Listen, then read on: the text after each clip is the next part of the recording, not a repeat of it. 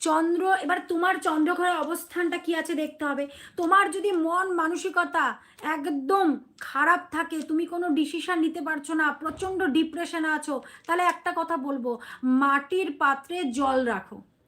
রাতে ঘুমানোর সময় মাটির পাত্রে জল রাখো। এটাও যে বলা হচ্ছে, বলো না চন্দ্র মানে তো জল, মাটির পাত্রে জল রাখো, সেটা মাথার সামনে রেখে ঘুমিয়ে পড়ো। তার পরের দিন সকালে উঠে সেটি গাছের গোড়ায় ঢেলে দেবে, গাছের গোড়ায় গোড়ায় ঢেলে দেবে। সেটা টানা 43 দিন করতে হবে।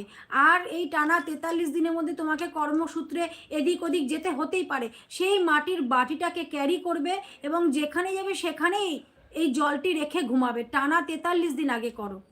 আর যদি রূপোর বাটি হয় তাহলে তো আরো ভালো, করে দেখো, এতে চন্দ্রের নেগেটিভিটি দূর হবে। আর একটা কথা বলবো, ওই যে মোবাইল ফোন কিন্তু মাথার সামনে রেখে ঘুমাবে না, মোবাইল ফোন মাথার সামনে রেখে ঘুমাবে না, নেট অন করে তো আরোই ঘুমাবে না। যতটা পারবে ফ্লাইট মুড করে রাখবে রাত্রে ঘুমানোর সময়, আর মাথা থেকে দূরে সরিয়ে রাখো। ফ্লাইট মুড যদি নাও করো, তুমি মাথার সামনে থেকে দূরে, কেন মানুষের রাত বিরোধ করে সমস্যা আসতেই পারে, শরীর সুস্থ অসুস্থতা ব্যাপার হতেই পারে, তার জন্য বলবো না ফ্লাইট মুড করে রাখো।